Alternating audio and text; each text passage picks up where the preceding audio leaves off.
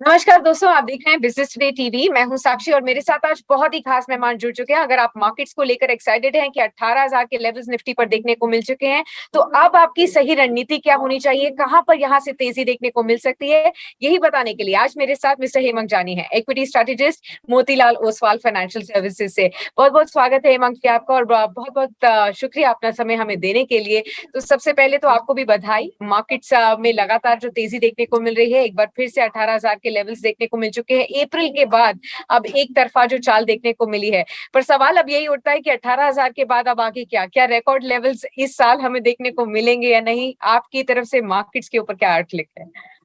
धन्यवाद साक्षी। Overall India out perform कर रही है। अगर आप जनवरी से लेके अब तक देखें या फिर आप जून से लेके देखें तो बहुत ही सिग्निफिकेंट मात्रा में आउट परफॉर्मेंस रही है इंडिया की।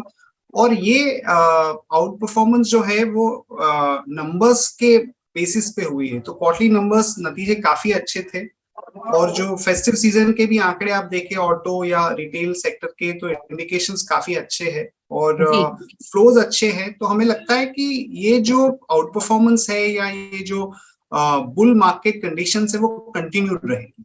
ठीक है। तो ये बताइए कि अब दिवाली भी जल्द इस बार आने वाली है, तो दिवाली तक किस तरीके के लेवल्स हमें देखने को मिल पाएंगे निफ्टी में, और या फिर एंड ऑफ द ईयर की अगर हम बात करें तो किस तरीके के लेवल्स आपको देखने को मिलते हैं?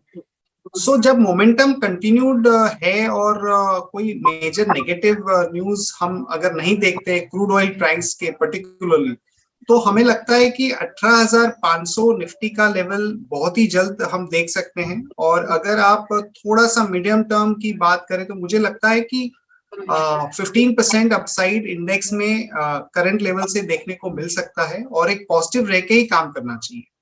ओके, तो 15% तक का अपसाइड आपको यहां से भी देखने को मिल सकता है। तो ये मैं मान के चलती हूँ कि अगर आप आज भी निवेश करें तो भी आपके लिए काफी अपसाइड है। तो ये मत सोचिए कि अभी रिकॉर्ड हाईस पर बाजार आने वाला है तो अभी क्या निवेश करके करना, क्योंकि आगे भी बाजार पर पॉजिटिव आउटलुक है हेमंत जी का।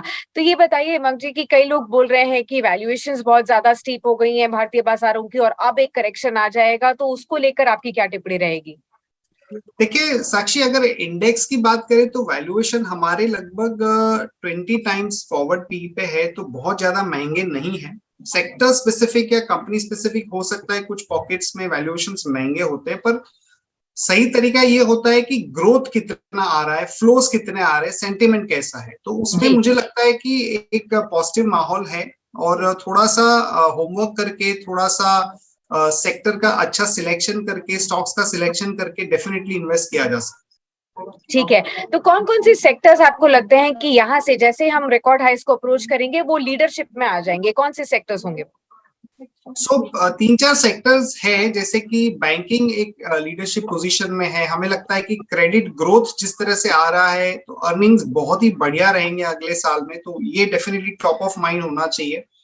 उसके अलावा हमें लगता है कि जो कंज्यूमर सेक्टर है उसमें बहुत सारी कंपनी आती है, पर पर्टिकुलरली अगर आप बात करें तो एचयूएल जैसी कंपनी, टाइटन जैसी कंपनी या जुबिलेंट फूड और जो क्यूएसआर कंपनीज है उसमें डेफिनेटली इन्वेस्टमेंट किया जा सकता है। जी, उसके अलावा होटल्स के अंदर हम काफी पॉजिटिव हैं। होटल के अंदर हमें लगता है कि अगले 1-2 साल काफी अच्छे रहेंगे। ओके। साथ ही साथ आपकी टॉप बेट्स कौन सी रहेंगी? आपने चुनिंदा सेक्टर्स का जिक्र किया जहां पर अच्छी तेजी रह सकती है, लेकिन इनमें से भी टॉप बेट्स आपकी कौन सी होंगी? हमारी टॉप बेट बैंकिंग में आईसीआईसीआई बैंक और स्टेट बैंक ऑफ इंडिया है। आईटी में हमारा आउटलुक पॉजिटिव है, उसमें इन्फोसिस और टीसीएस हमारी टॉप बेट है। जी, होटल के अंदर इंडियन होटल हमारी टॉप बेट है और जैसा मैंने कहा जुबिलेंट फूड में हम काफी पॉजिटिव है। ठीक है। और छोटे मझोले शेयरों में आपका क्या व्यू रहेगा? खासतौर पर पिछले एक महीने की अगर हम बात करें तो काफी वाइड मार्जिन से यहाँ पर आउट परफॉर्मेंस देखी गई है। तो जो लोग निवेश करने की सोच रहे हैं छोटे मध्यम अवधि के जो स्टॉक्स है उनके ऊपर, तो उनके ऊपर आपकी क्या राय रहेगी? काफी पॉजिटिव है इंडियन मार्केट। मिड कैप और स्मॉल कैप सेक्टर्स के अंदर बहुत अपॉर्चुनिटीज देता है और जी, काफी रिटेल इन्वेस्टर प्रेफर भी करते हैं। तो उसमें स्पेसिफिकली जो हमें पसंद है उसमें रियल एस्टेट हमारा एक टॉप सेक्टर रहेगा। उसमें हमें लोढ़ा पसंद है, मैक्रोटेक डेवलपर्स, उसके अलावा ओबेरॉय पसंद है और बैंगलोर बेस्ड रियलिटी कंपनी पसंद है। लेमन ट्री एक छोटा सा कंपनी है, स्मॉल कैप कंपनी, जिसमें हमारा व्यू काफी पॉजिटिव है बिकॉज होटल सेक्टर काफी अच्छा कर रहा है। उसके अलावा आप डिफेंस में भी देख सकते हो, डिफेंस में थोड़ा सा रनअप हो चुका है, तो थोड़ा सा एक वेट करना चाहिए। बट भारत इलेक्ट्रॉनिक्स और HAL, ये दो कंपनीज में अगर 5 to 10% का करेक्शन होता है तो डेफिनेटली निवेश करना चाहिए। ठीक है, तो आखिर में मैं आपसे यही पूछूंगी, हमारे सभी दर्शकों के लिए ये बताइए जो निवेशक हैं कि आप उनके लिए सही रणनीति क्या है बाजार को अप्रोच करने के लिए, क्योंकि ऑलरेडी 18,000 तक का लेवल है, आपने बताया यहाँ से 18,500 और उसके बाद 15% तक का भी लॉन्ग टर्म में इम्पैक्ट आपको देखने को मिल सकता है पॉजिटिवली। तो सही रणनीति क्या है? क्या यहाँ पर इंडेक्स को फोकस किया जाए, कुछ स्पेसिफिक सेक्टर्स को फोकस किया जाए, या फिर चुनिंदा स्टॉक्स में जाया जाए? आई थिंक इंडेक्स पे फोकस करने की बजाय सेक्टर्स और विद इन सेक्टर्स कौन से ऐसे स्टॉक्स है जहां पे ग्रोथ विजिबिलिटी अच्छा है और जहां पे अगर वॉलेटिलिटी भी आए तो हमें कोई स्ट्रेस ना हो, वैसे कंपनीज में डेफिनेटली निवेश करना चाहिए। और बहुत ज्यादा टाइमिंग के ऊपर फोकस नहीं करना चाहिए बिकॉज समटाइम्स 3 to 5% मूवमेंट या करेक्शन कभी भी आ सकता है। तो मेंटली इस चीज के लिए तैयार रहना चाहिए और हमारे पास थोड़े से फंड्स होने चाहिए साइड में जो हम डिप्लॉय कर सके अगर अपॉर्चुनिटी आती है।